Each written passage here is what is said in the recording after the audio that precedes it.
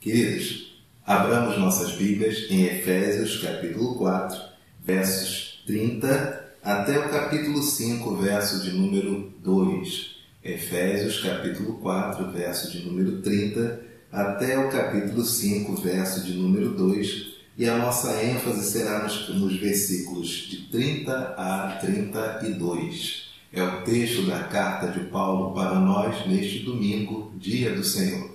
Efésios capítulo 4, versos 30 até o capítulo 5, versos de número 2. Vivemos aí um tempo de quase um ano e meio de pandemia, mais de um ano e meio. Nós estamos há quase um ano e meio com a igreja funcionando de forma parcial. Nós fechamos em março e desde março deste ano, depois de um ano, nós retornamos ao nosso culto presencial, ainda com limitação de espaço. Então, nós estamos vivendo em termos de pandemia quase 2 anos. E nós vemos as marcas, os frutos desse período de isolamento social e um bombardeio de diversas notícias. Notícias ruins, notícias más, notícias depreciativas às pessoas, e nós somos inundados de muita coisa para nos entreter. E nem sempre o entretenimento a qual nós temos acesso, ou que as plataformas colocam para nós, são entretenimentos que trazem virtudes para nós. Nós temos sido bombardeados por tantas notícias e, ao mesmo tempo, nós vemos tantos aproveitadores, tantas pessoas que se aproveitam da tristeza, do caos, do grito de socorro para fazer as maiores desgraças. Tivemos um aumento de denunciações caluniosas, de tentativas de agressões, de assassinato de crianças, homicídios, feminicídios, um aumento generalizado em tudo aquilo que é ruim. Infelizmente, nesses quase 2 anos, as notícias não foram tão boas. E a grande questão e aí não vou nem entrar no mérito se essas notícias foram verdadeiras ou falsas. Fato é que você liga a TV, você recebe uma informação. E esta informação verdadeira ou falsa, a maioria delas traz uma mensagem ou trouxe uma mensagem negativa, tá? E por mais que você há de concordar ou discordar da informação, mas não exclui o fato de que esta informação trouxe no seu bojo algo ruim. Então, por exemplo, pessoas morreram, isso é ruim, isso não é bom. Enchente, isso é ruim, isso não é bom. Crescimento de assassinatos dentro dos lares, isso é ruim, isso não é bom. Aumento de desemprego, isso é ruim, isso não é bom. Se depois se verificar essas notícias e chegar-se à conclusão de que talvez não foi bem isso, é outro assunto, mas aí você já recebeu a notícia. E aí nós vemos os desdobramentos dessas más notícias dentro dos nossos lares. Porque existe um universo macro e um universo micro. O universo micro é você, marido, esposa, filho, filha, neto, neta, você, pai, mãe, você que mora sozinho, você que atualmente encontra-se sozinho, você que tem a obrigação de ajudar a sua mãe, seu pai, você que é arrimo da família, você que é pai solteiro, você que é mãe solteira, você que é filho único, você que é idoso e mora sozinho, você que é idoso e é abrigado, um beijo para as nossas vovós do abrigo presbiteriano e para as nossas vovós e vovôs lá do lar samaritano, um beijo para vocês que estão nos assistindo. Você, no seu universo, também foi bombardeado disso tudo. E essas coisas, essas más notícias, tá? Elas trouxeram muitos problemas para muitas pessoas.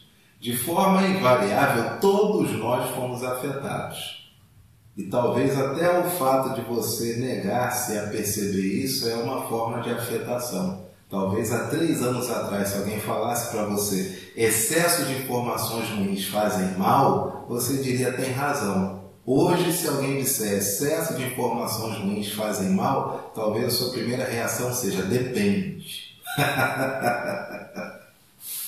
Efésios capítulo 4, versos de 30 até o capítulo 5, verso de número 2. Olha o que diz a palavra do Senhor, queridos. E não entristeçais o Espírito de Deus, no qual fostes selados para o dia da redenção. O que é não entristecer o Espírito Santo? Eu posso fazer alguma coisa que entristeça o Espírito Santo, que afaste o Espírito Santo? Que força eu tenho para afastar o Espírito Santo? Se ele é aquele que está ao meu lado, é o Paracletos, é o Consolador, é o Confortador, e quem conforta e quem consola está ao lado, ele é o Paracletos. Se ele é aquele que me conforta, que está ao meu lado, o que eu posso fazer para entristecê-lo? Entristecer é a mesma coisa que no texto tem um significado parecido com afastar, deixar de andar junto. O que eu posso fazer que faz com que o Espírito Santo deixe de andar junto comigo? A resposta eu lhe dou agora: nada. Não tem nada que você faça que deixe o Espírito Santo de estar ao seu lado. Ué, pastor, então não entendi. Eu te respondo.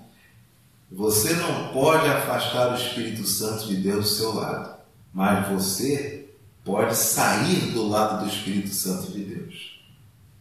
Você não tem forças para empurrar o Espírito Santo. Não, sai para lá, saia daqui. Não, mas você pode dizer, por esse caminho que o Espírito Santo está, eu não vou mais. Aquilo que o Espírito Santo manda eu fazer, eu não vou fazer mais não, eu vou por aqui.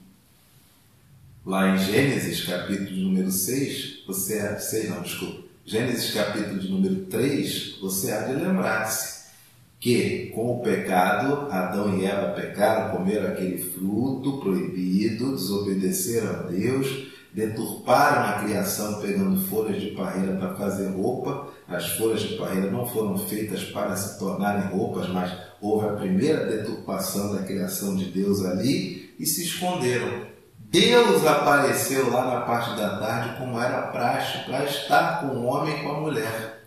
Mas o homem e mulher é que saíram da presença de Deus. Deus não deixa de estar conosco. Nós é que tomamos a decisão deliberada de não andarmos mais com Deus. Assim é com o Espírito Santo.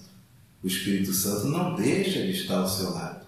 Mas você, muitas vezes, nós escolhemos não andar mais ao lado do Espírito Santo.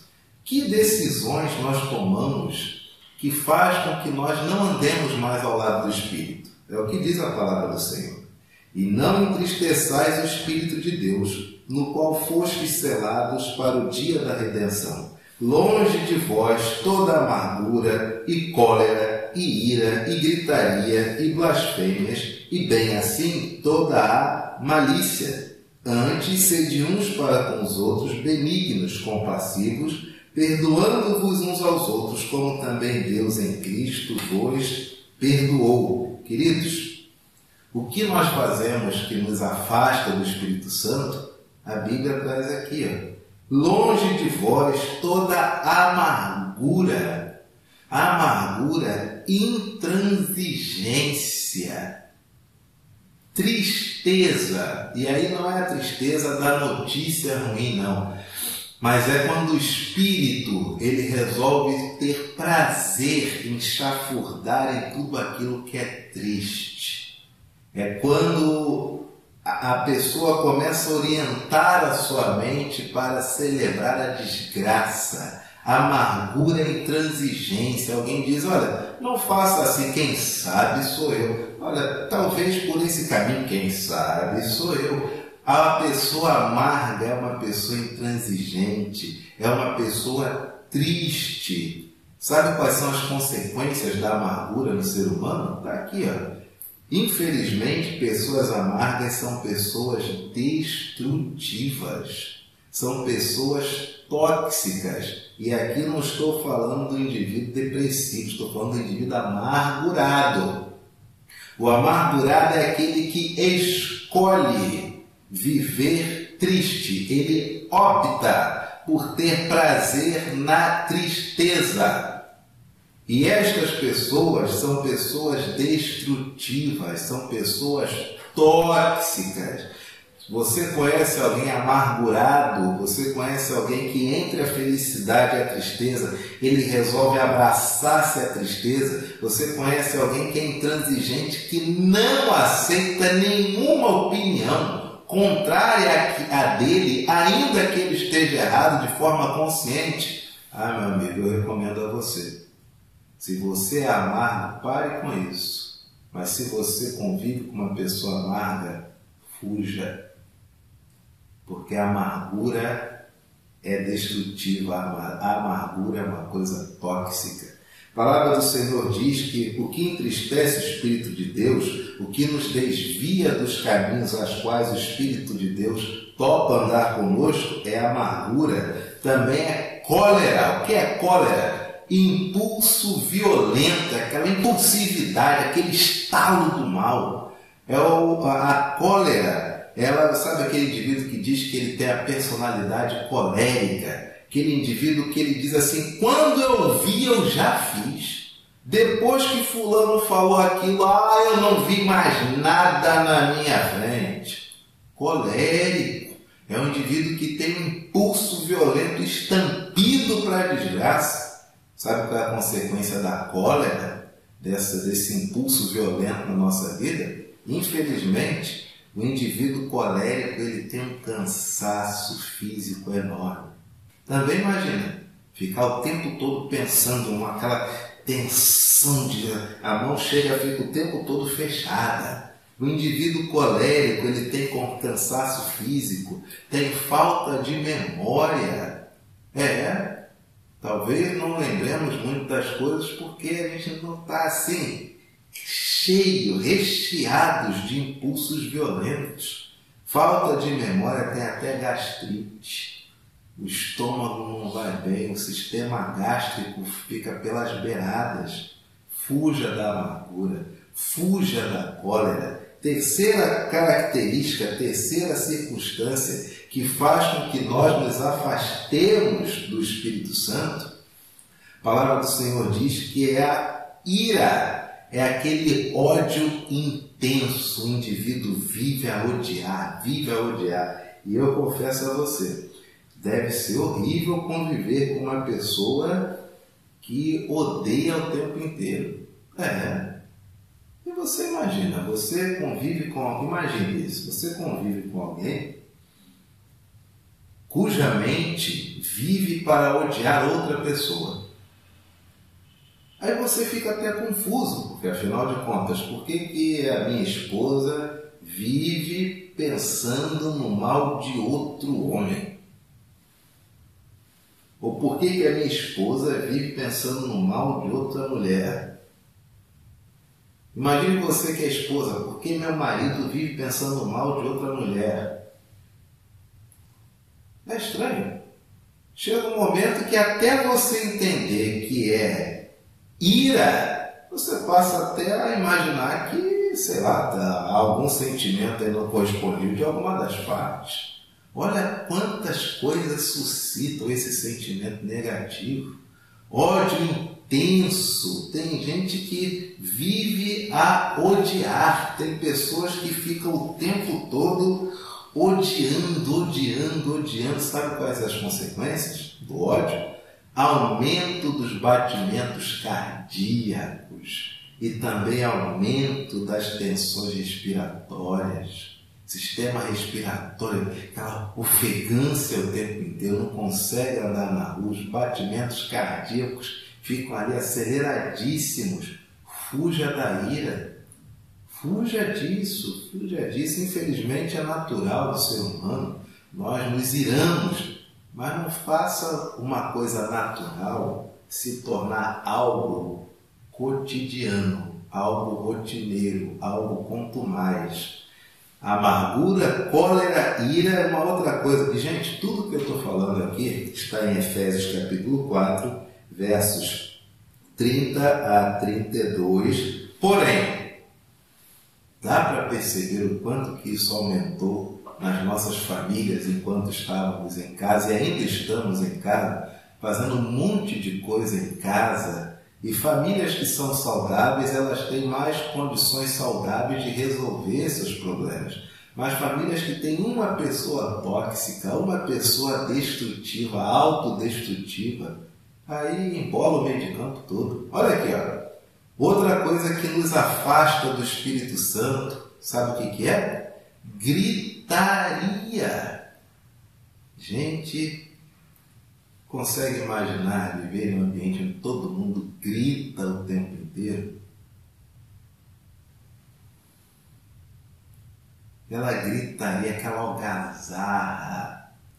Sabe quais são as consequências da gritaria? Chuta! Primeiro é o óbvio, nas pesquisas que eu fiz foi campeã. Perda da audição, por óbvio, né? Você fica em volume de som o tempo inteiro do seu lado, aquela gritaria. Segunda consequência da gritaria, tontura.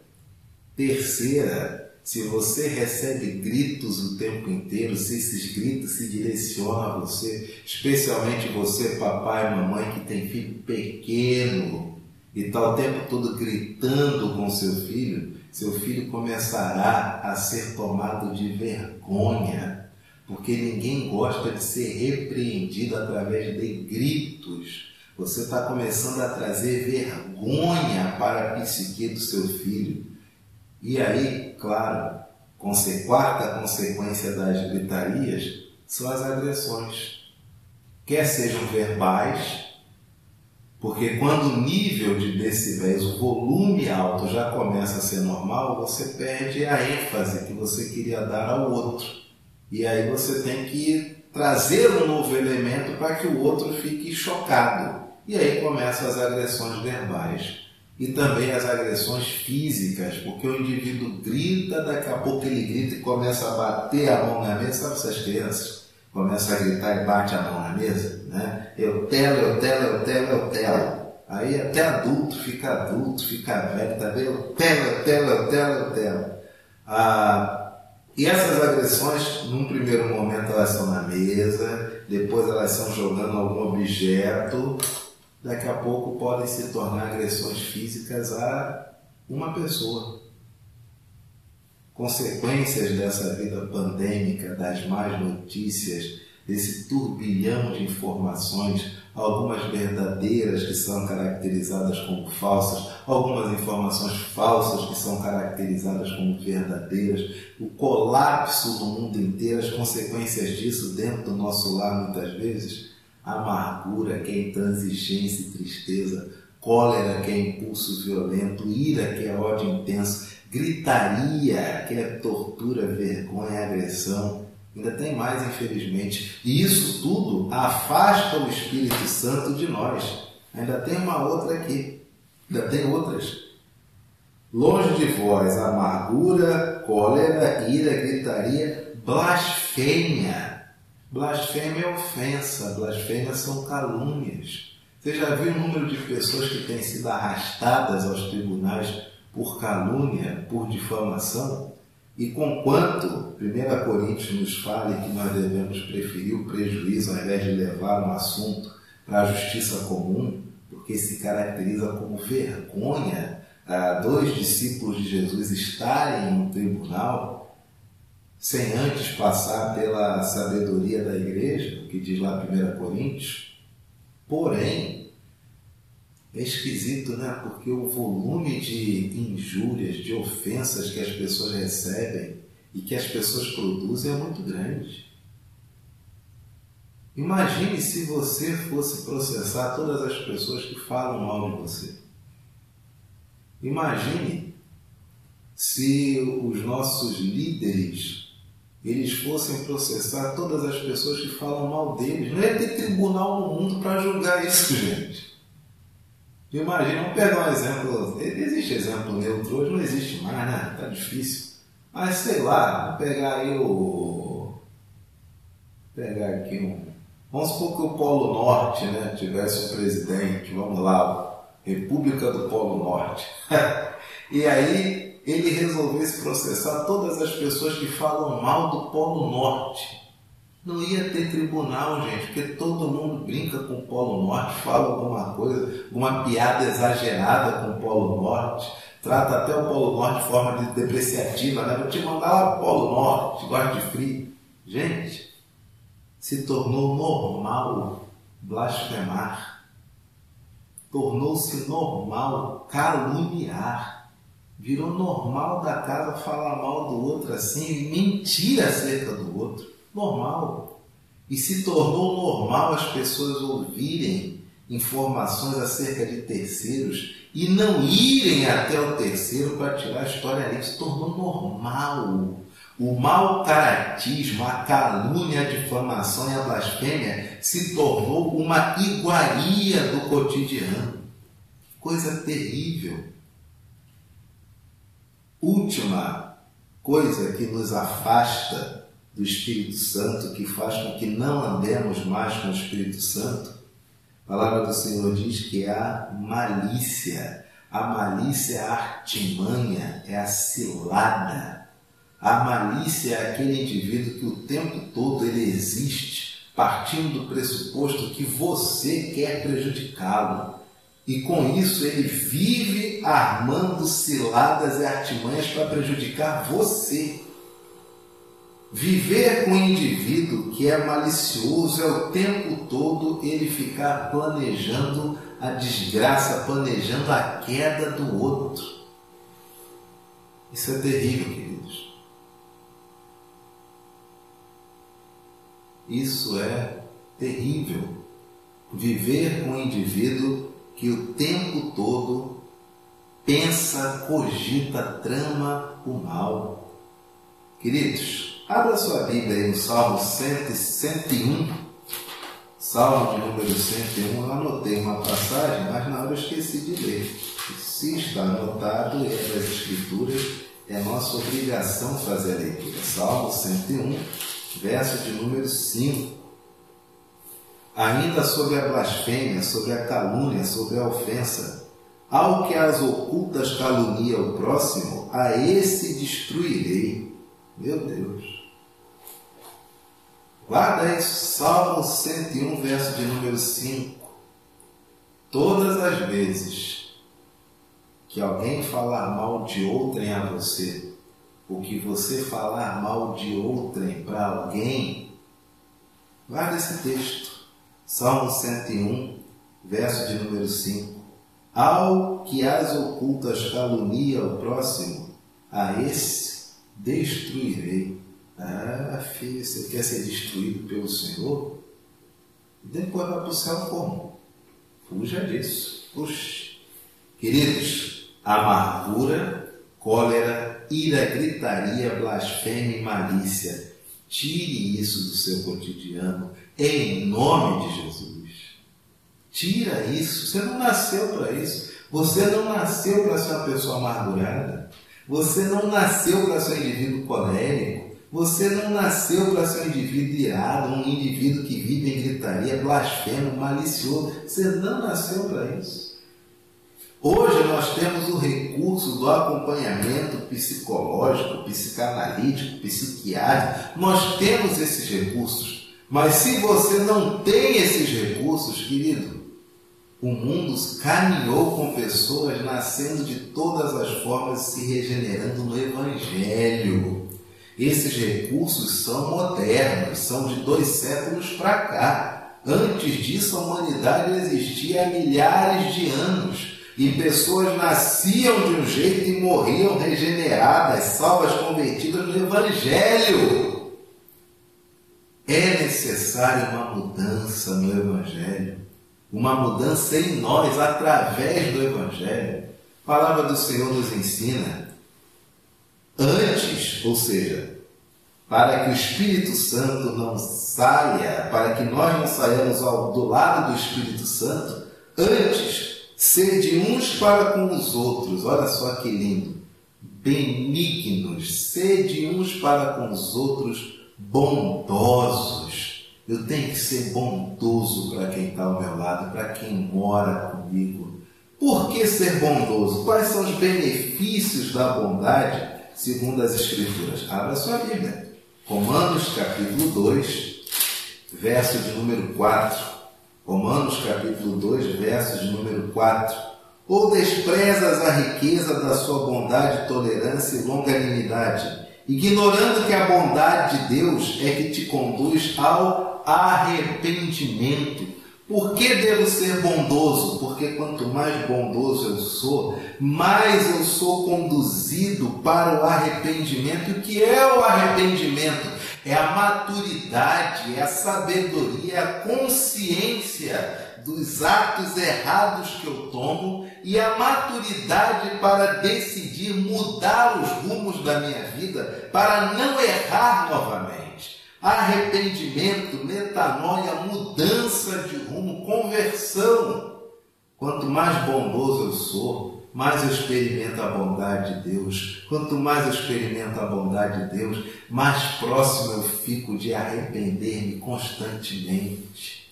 A palavra do Senhor ainda diz: antes, sede uns para com os outros benignos, sede uns para com os outros compassivos. Você sabe o que é compaixão? Compaixão não é apenas sentir o que o outro sente, mas é ser tomado do desejo de ajudar o outro, porque você consegue sentir em você o que o outro está sentindo.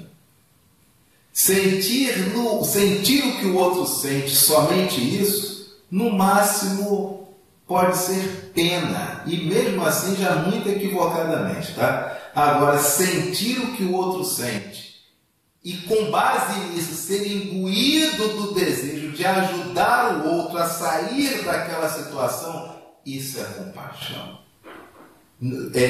Compaixão é diferente do que apenas sentir o que o outro está sentindo. Não, isso não é compaixão. Compaixão é quando eu sinto o que o outro sente e eu tenho desejo de ajudá-lo a sair daquela situação ruim. Abra sua Bíblia, Salmo de número 112, verso de número 5. Salmo de número 112, verso de número 5. Salmo 112, verso 5. Ditoso, feliz, bem-aventurado o homem que se compadece e empresta. Ele defenderá a sua causa em juízo. Não será jamais abalado, será tido em memória eterna. Gente, todo esse Salmo 112 é uma declaração, uma ode às virtudes. E a palavra do Senhor diz que, nesse sentido, o homem que teme ao Senhor, ele é feliz, porque ele sente o que o outro sente e quer tirar o outro daquela situação. E a palavra do Senhor diz que Deus, nosso Pai, defende a causa deste homem bondoso quando ele vai a juízo. Oh, meu queridão, minha querida, seja bondosa, seja compassiva. Não apenas sinta o que o outro sente, mas ajude o outro a sair daquela situação. Para não entristecermos o Espírito Santo, é necessário sermos benignos, compassivos e, em último lugar, perdoando-nos uns aos outros, como também Deus em Cristo nos perdoou.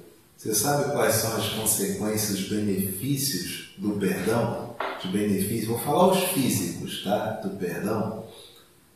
Primeira coisa, quem perdoa mais dorme melhor. Não é que dorme mais, não. Quem perdoa mais dorme melhor. A qualidade do sono é melhor. Quem perdoa mais tem a tensão mais reduzida, não entra em tanto estado de tensão. Quem perdoa mais reduz também o nível de raiva. Quem perdoa mais tem redução no nível de estresse. Quem perdoa mais tem redução na pressão arterial. E olha que importante, em épocas de pandemia, de vírus, quem perdoa mais fortalece o sistema imunológico. Quem diz isso são as autoridades. Essa não é minha área, eu sou pastor. Mas eu quero trazer a você o benefício do perdão no organismo humano para ver se isso também te convence a perdoar o outro. E se você acha que isso não é importante, então me perdoe. Dá na mesma. Os benefícios do perdão, queridos, mas a Bíblia também tem os motivos pelas quais nós devemos perdoar. Abra sua Bíblia em Mateus capítulo número 6, versos 14 e 15. Mateus 6, 14 e 15. Assim diz a palavra do Senhor: porque se perdoardes aos homens as suas ofensas, também vosso Pai Celeste vos perdoará. Ou seja, se eu perdoar os outros as ofensas que eles cometem a mim, o meu Pai, Ele também me perdoará.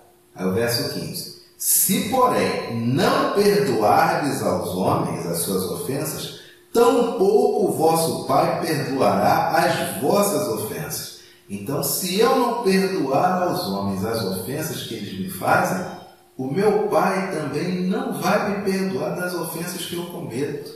Querido, cuidado com o pecado acumulado. Cuidado com isso. Cuidado quando você não tem mais prazer em dobrar os seus joelhos e falar com o Papai do céu. Cuidado em achar que você já sabe tudo disso aqui, tu sabe tudo disso aqui. Então, você nem trata mais os assuntos como se fossem, os textos como se fossem para uma metanoia, para uma mudança de vida. Você trata professoralmente, querendo se tornar aqui um grande mega hiper doutor da matéria. Não, esquece isso. Esquece isso. Cuidado quando falar de perdão para você significa apenas ser um tema a qual você tem plena convicção que conhece tudo do assunto. Não. O Evangelho é prática. Falamos de perdão porque devemos praticar o perdão. Perdoamos não porque o outro merece. Não. Ele errou com você. Eu não discuto isso. Ele errou com você. Você é inocente. Ele é que é culpado. Mas quem está travado, quem está com os pecados não perdoados, não é ele, é você, se você ainda não perdoou. Perdoe. Você não perdoa porque o outro merece, você perdoa porque você tem uma vida com Deus. E talvez você diga, mas pastor, do que adianta perdoar e ser da boca para fora? Não, querido, não é da boca para fora, não é do coração para dentro. Você decide, você diz, fulano me fez o maior mal do mundo. Mas em Cristo Jesus, a minha boca professa a decisão do coração de que ele está perdoado. E daqui a 2 segundos você vai lembrar do mal que ele fez. E sabe o que você vai dizer para você mesmo? Não, coração. Nós já decidimos perdoar. Não, coração. Se o Pai já o perdoou, eu também perdoei. E você, todas as vezes que a sua mente lembrar, porque afinal de contas, você foi construindo esses caminhos neurais na sua mente. Teu cérebro está condicionado a só lembrar do outro com ódio no coração.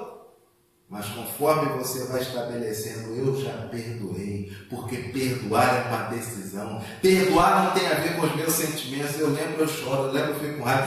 Isso são sentimentos. Perdão é uma decisão do Espírito, baseada na razão de que eu perdoo porque é o melhor para mim, para Deus, e foi Deus que me mandou. Quando você faz isso, não demora muito tempo. A sua mente começa a criar os caminhos de que você lembre que já perdoou. A tal ponto de que aquilo que aconteceu vai se tornando cada vez menor. Perdoe. Bondade, compaixão e perdão faz com que estejamos sempre ao lado do Espírito Santo. Malícia, blasfêmia, gritaria, ira, cólera e amargura faz com que nos afastemos do Espírito de Deus. Quero orar com você. Graças te rendemos, Senhor, pela bênção desse dia. Abençoa cada um de teus filhos e filhas que estão nesta hora ouvindo a tua mensagem. Dá que jamais se apartem do teu Espírito da verdade e que sejam por ele conduzidos diariamente em seus caminhos. É a nossa oração. Em nome de Jesus. Amém.